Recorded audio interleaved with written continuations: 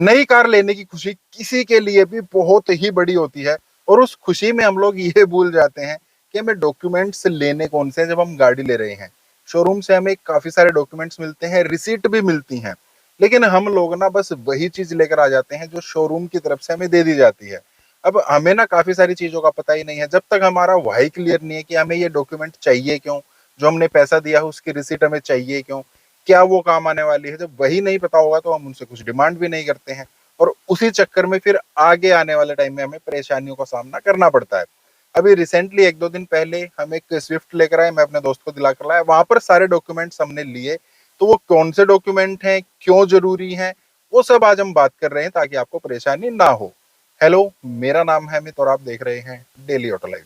सबसे पहले जब हम गाड़ी लेने के लिए जाते हैं, गाड़ी लेने के लिए जाते हैं तो गाड़ी की ही रिसिट चाहिए ही ना।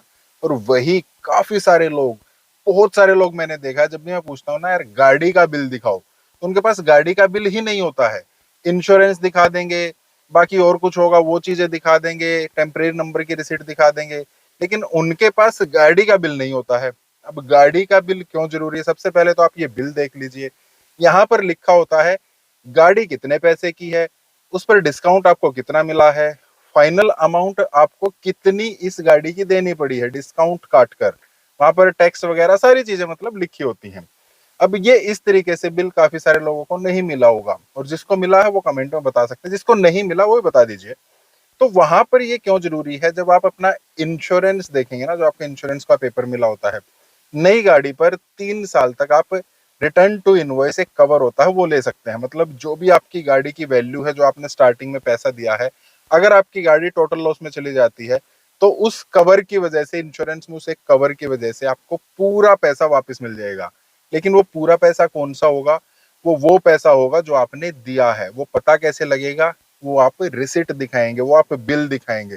हालांकि बाद में भी वो बिल हमें मिल सकता है, बाई चांस गाड़ी टोटल लॉस में चली गई, हम मतलब डीलरशिप को कांटेक्ट करेंगे, वो हमें प्रोवाइड करा देते हैं, लेकिन वो एक परेशानी की चीज है। काफी जगह घुमाया भी जा सकता है, पैसे की डिमांड भी करी जा सकती है। उनको पता है यार ये इंसान ना फंसा हुआ है, इसको मतलब बिल चाहिए है, पैसे की डिमांड भी की जा सकती है। लेकिन अपने पास ना सब कुछ होना चाहिए, जो चीज हम खरीद रहे हैं उसका बिल तो हमारे पास होना चाहिए ना। कल को हो सकता है कंपनी के साथ ही कोई डिस्प्यूट हो जाए, तो आपके पास क्या सबूत रहेगा उस चीज का। बाद में मतलब आ तो हर तरीके से जाता है, कोर्ट बोलेगी आपको बिल दिखाना है, लेकिन उन चीजों में हमें नहीं पड़ना है। तो इस तरीके से सबसे पहले आपको बिल लेना है। दूसरी चीज जरूरी क्या है, इंश्योरेंस। अब इंश्योरेंस क्या पेपर लेना क्यों जरूरी है, हालांकि वो ऑनलाइन भी दिख जाता है, पेपर आजकल हमें कहीं दिखाना नहीं पड़ता है, लेकिन वो जरूरी होता है हमारे पैसे के लिए। जब हम स्टार्टिंग में गाड़ी लेते हैं वहां पर लिखा जाता है आपका इंश्योरेंस जो है इतने रुपए का हो जाएगा।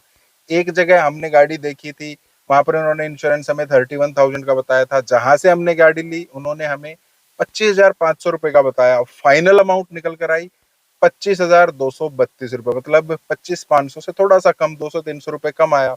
वो पता कैसे लगा, जब आप पेपर लेंगे उसमें आप देखेंगे, फिर उनको बोलेंगे आपने 25,500 लगाए थे या जितने भी लगाए थे, ये अमाउंट अब हमें रिफंड कीजिए। और हाँ, आपको रिफंड भी मिलता है, वो भी मैं आपको लास्ट में दिखाऊंगा किस तरीके से मिलता है। दूसरी चीज, और साथ में जो जो आपने कवर उनके बोले होंगे कि मेरी नई गाड़ी के साथ ये चीजें, एड ऑन कवर ये सब होना चाहिए, वो आप स्टार्टिंग में पढ़ सकते हैं। बाद में तो बाद में ही होता है, कोई नहीं पूछता है।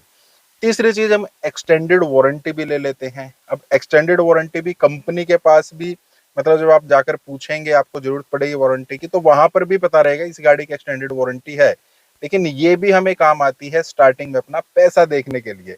जब हमने गाड़ी ली, एक डीलरशिप पे पूछा, उन्होंने हमें 20,000 रुपए की एक्सटेंडेड वारंटी बताई, फिर उन्होंने हमें 16,000 15,000 के आसपास की बताई, यहाँ से हमें बताया गया 15,400 रुपए की आपको जो है एक्सटेंडेड वारंटी मिलेगी। फाइनल अमाउंट 13-13,500 रुपए के आसपास आया।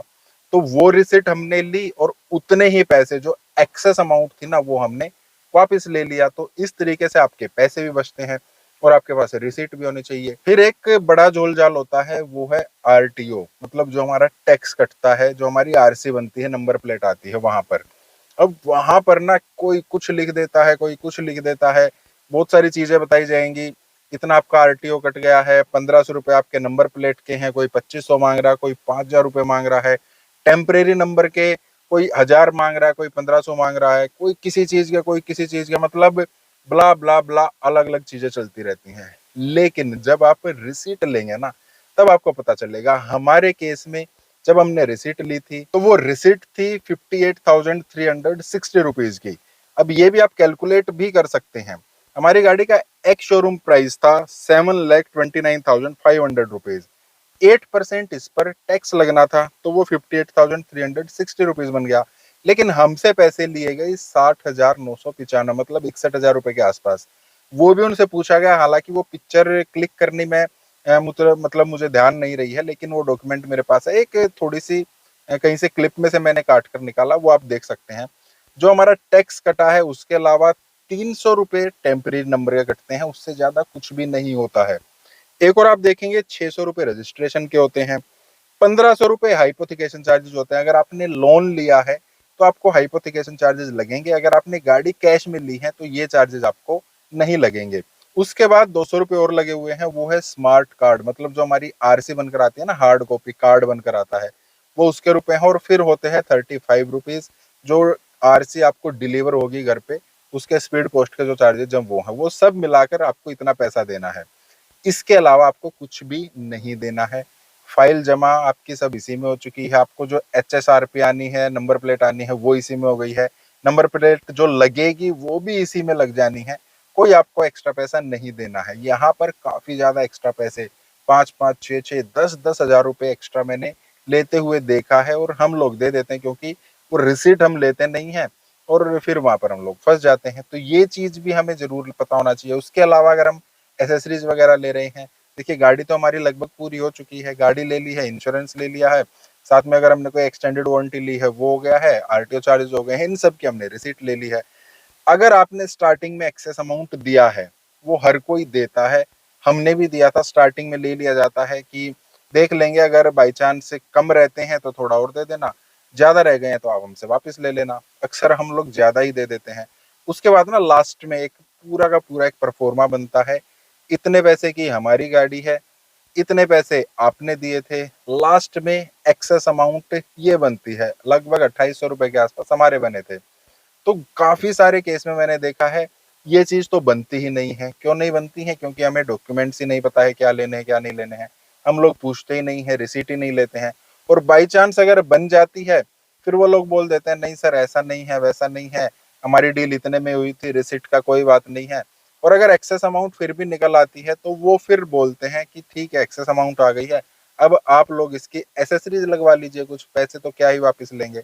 लेकिन यहाँ तक भी काफी कम लोग जो है पहुंच पाते हैं कि आप एसेसरीज लगवा लीजिए, एक्सेस अमाउंट तो होती नहीं है। तो ये सब चीजें आप करेंगे, आराम से आप गाड़ी लेकर आएंगे। फिर भी आप कुछ कहना चाहते हैं, कुछ पूछना चाहते हैं, आप कमेंट कर सकते हैं। इस टाइप के वीडियोस के लिए आप लाइक एंड चैनल को सब्सक्राइब करना। मिलते हैं नेक्स्ट वीडियो में। Thank you, bye bye.